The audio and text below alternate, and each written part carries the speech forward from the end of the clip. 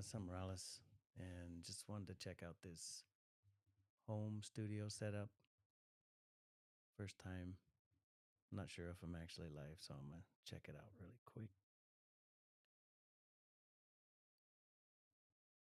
If anybody's on, just drop me a comment so I can know that I'm getting through. And would love to invite you on if you just want to chop it up.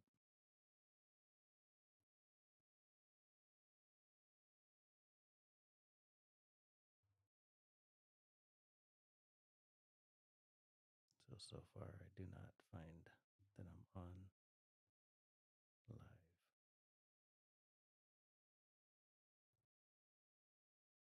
There we go. All right. So I see Facebook is live,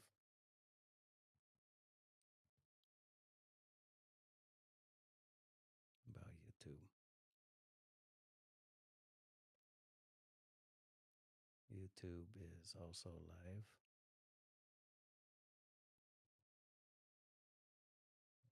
And about LinkedIn.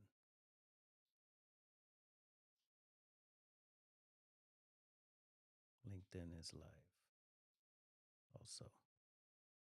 So, yeah, just wanted to jump on from the home studio. Welcome again, Musings with Morales.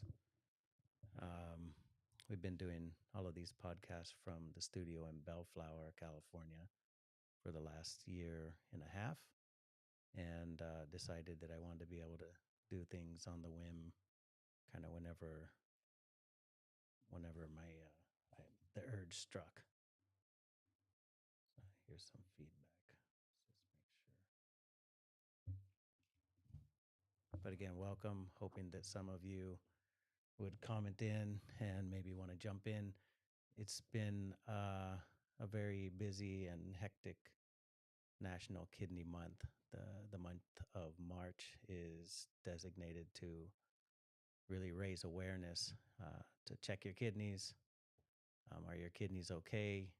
Uh, Also, kind of think about how to prevent the preventable types of kidney disease, how to manage it if you've got it, what are the different treatments available for failure, including transplant, whether it be cadaveric or living donor. We actually kicked off the month with Never Fade into Darkness art show. I can hear myself fine, so take these off. But we kicked off the month with that art show in Long Beach, California. And thanks to the inspiration of people like Justin Pham, who was one of the main muse of the art that was being shown, and Jimmy Kinsone, who actually brought beautiful oil paintings. That his story is really unique because he's actually a colorblind artist, but creates this beautiful art in oil paintings that's almost, it looks real. But thanks to those two guys, as kind of the muses of the art portion of the show, and then others like Mark Coronel and Walid Hamdard and Amy Hewitt and Louis Kleinberg, who all spoke to experiences with either themselves or their families around kidney failure, around dialysis, in hemodialysis, peritoneal dialysis, about living donation of an organ. Amy Hewitt, from the executive director of National Kidney Foundation, brought her story of what it was like to be compelled to really just outright compassion and hearing somebody else's story and wanting to be his person as far as the donor of a living organ, her kidney. We heard from recipients of living donors. Mark Coronel, the kidney fighter, good friend, really, I think, tugged at the attendees' hearts in his story of uh, kind of bridging the time in between his diagnosis with failure and kind of thinking he was just a really healthy young guy, at the time to being surprised with a rare kidney disease, getting through some years on hemodialysis, which can be, um, it's definitely a battle. It's a grueling therapy. So getting through that and actually advocating for himself and having supporters that, somebody came forward and gave him a living donation. So it was a great way to kick off Kidney Month. We had professionals from the space of dialysis and nephrology, like Jonathan Diaz, who's got a great YouTube channel called Dialysis Approved. He came through and talked about just how diet and lifestyle are such um, a factor to wellness overall, but specifically in preventing lifestyle attributed conditions like type 2 diabetes and high blood pressure through your diet and through your exercise. He made some challenges to make incremental changes to the audience. And, I think everybody walked away with a better idea of how to slowly and progressively improve what they put into their body and how they utilize it. So that was pretty cool. Um, so audio is low. Thanks, Justin. Let me see. Let me check my. All right. So it might just be me, Justin. Let's see if I pull closer. New microphone. So I'll keep this on to kind of check myself. But yeah, it was really great way to kick off the kidney month and really compel, I think, a lot of people to take action from that evening. So that was March 1st, guys. When did we start? I think 5 p.m. in city of Long Beach at the Loft, by the way, a great little blank space, event space that a good friend of mine and his wife own and operate. But they really they came to bat as far as providing a solid place with a really great ambiance for the art show, showing the art, telling the stories, listening to the stories, and like I said, taking action from the stories. So what was pretty crazy is throughout the night there was a lot of discussion about uh, living donation, being an organ donor, being an organ and tissue donor, and advice on how to look through the DMV or through even your health app on your phone, which that came the day after for me.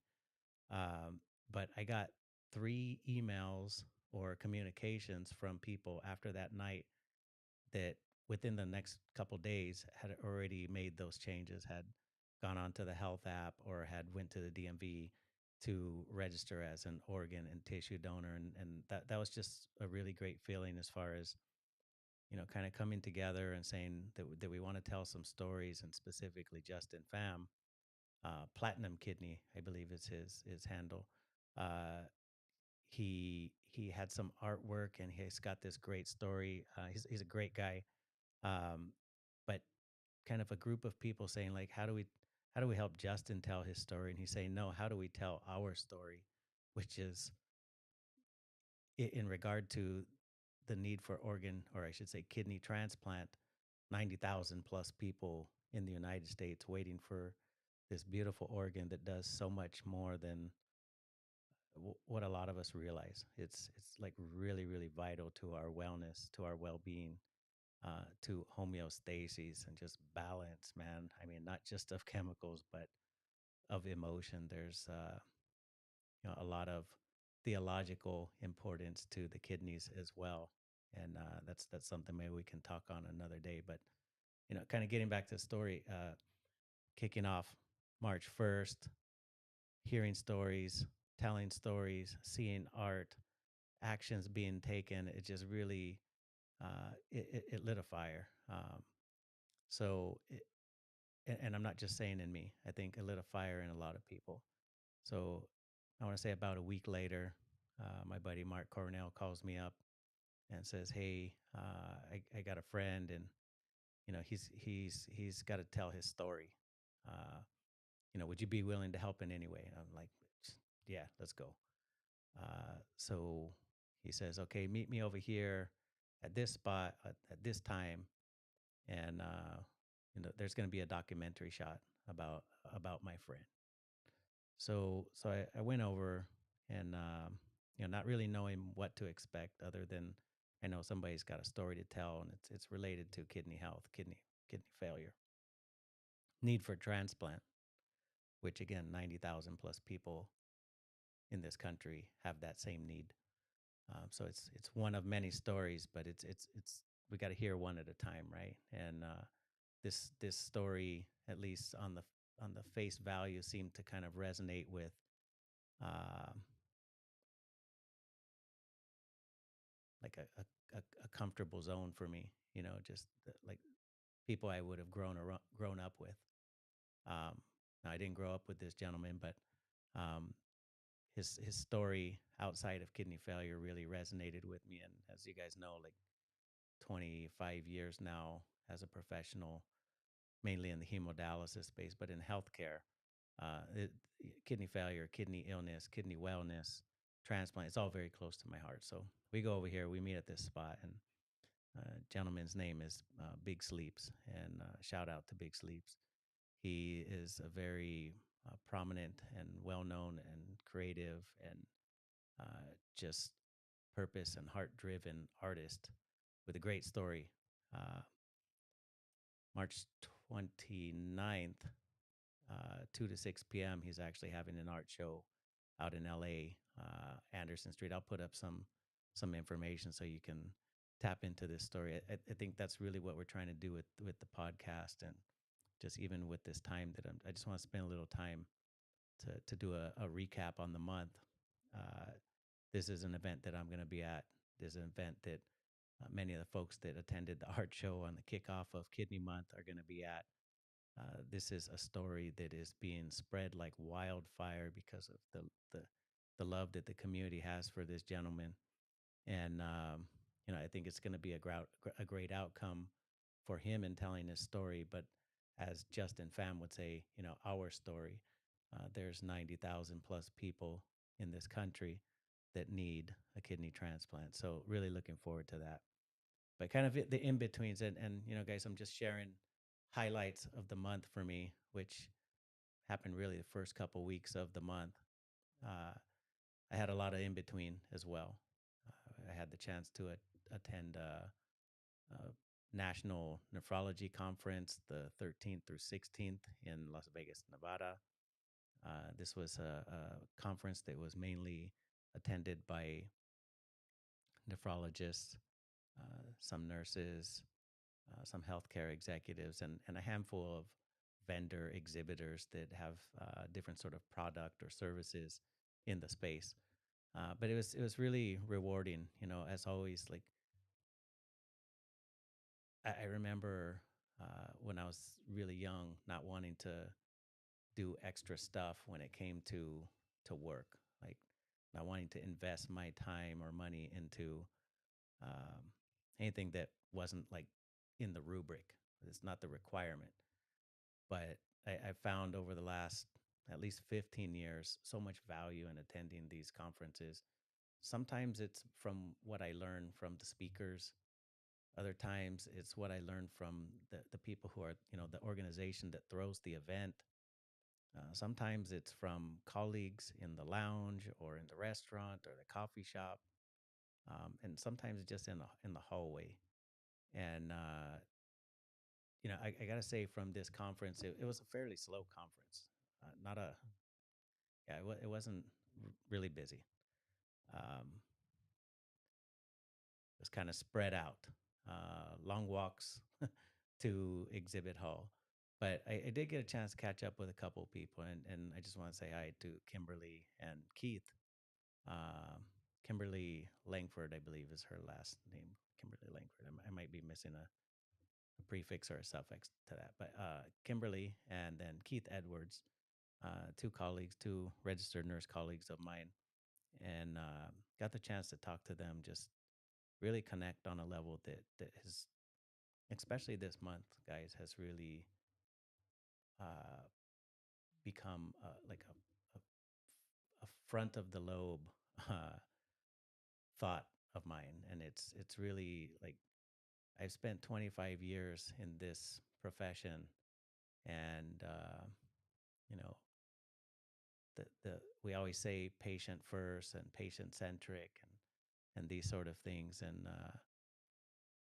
we got the chance to just talk about what that meant to us as healthcare professionals, and you know, does it change over time, your interpretation of patient first and patient centric, and when you spend so much time in a area like dialysis, um, you can forget that it's meant to be a bridge to transplant.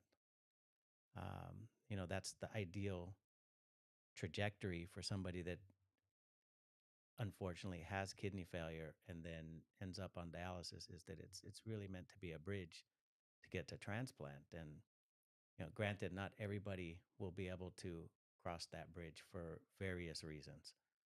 Uh, but sitting in a dialysis clinic or working in a dialysis clinic for many years, again, it's easy to forget that uh, I want to see every one of those people in those dialysis chairs get their transplant if they're a candidate. So again, the kickoff of the month really set the tone of organ transplantation, uh, registering as a organ and tissue donor. Uh, if you've thought about being a living donor for somebody that you know, or it's just in your heart to be altruistic and want to give your kidney so that somebody who needs it can have a chance at somewhat normalcy, free of the dialysis machines, is kind of where I would make that normalcy differentiator. Is if I've got to sit on this machine 3 days a week and go to these centers, or just sit on these machines even at home. Like I'd much rather be doing other things, and the kidney transplant allows, that freedom, that autonomy, that mobility. Uh, if there's such thing as rehabilitation from an injury, that's what the kidney transplant is for somebody that has dialysis. So yeah, if you're on with me, just let me know you're on. I see a few people on. Just gonna check through some of the chat a little bit here.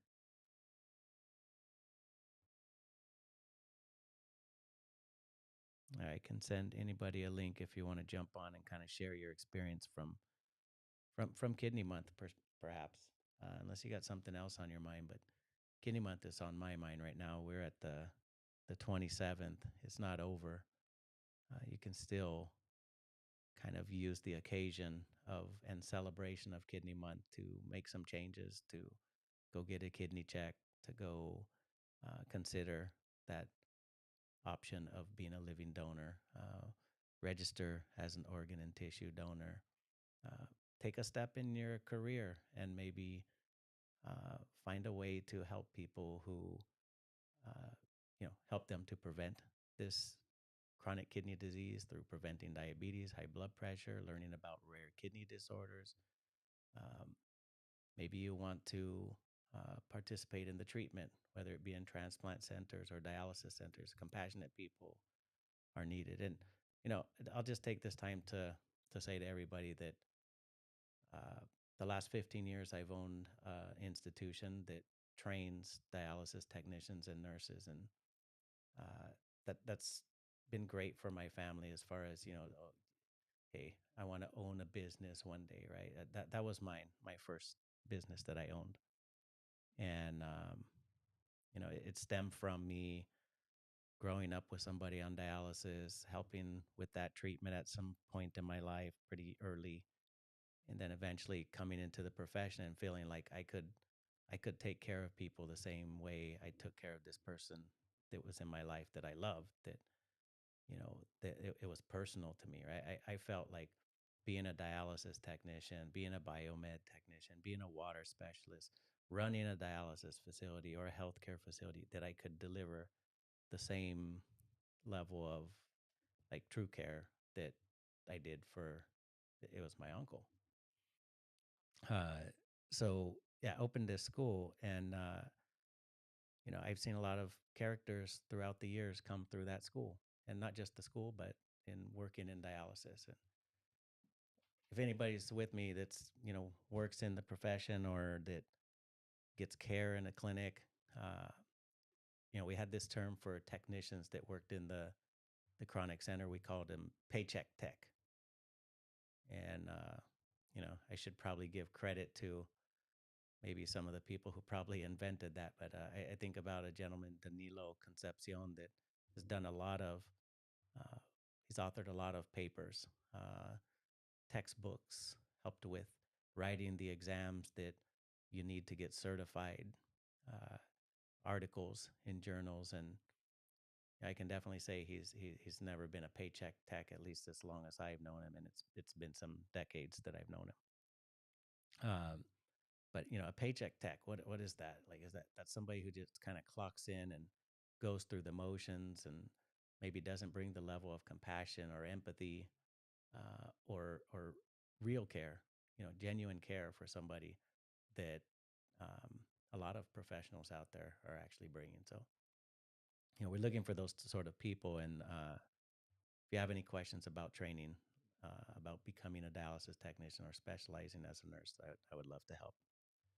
Um, but yeah, what else is on your guys' mind? If nobody's with me, uh, again, I just wanted to give a monthly recap, explain my excitement to National Kidney Month, and then also I'll put up some links so that those of you who are interested in seeing some great artwork and hearing some great stories could attend the Big Sleeps uh, art show that's on the 29th of this month.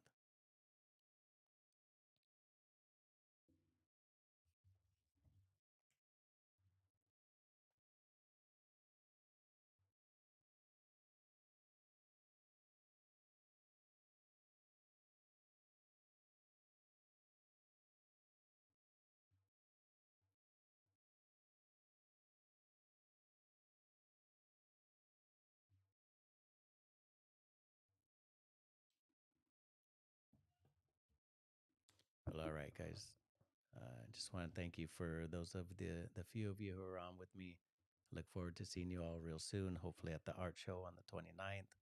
And we'll set up a more formalized podcast with an agenda and some learning topics for the next one. Y'all have a great night.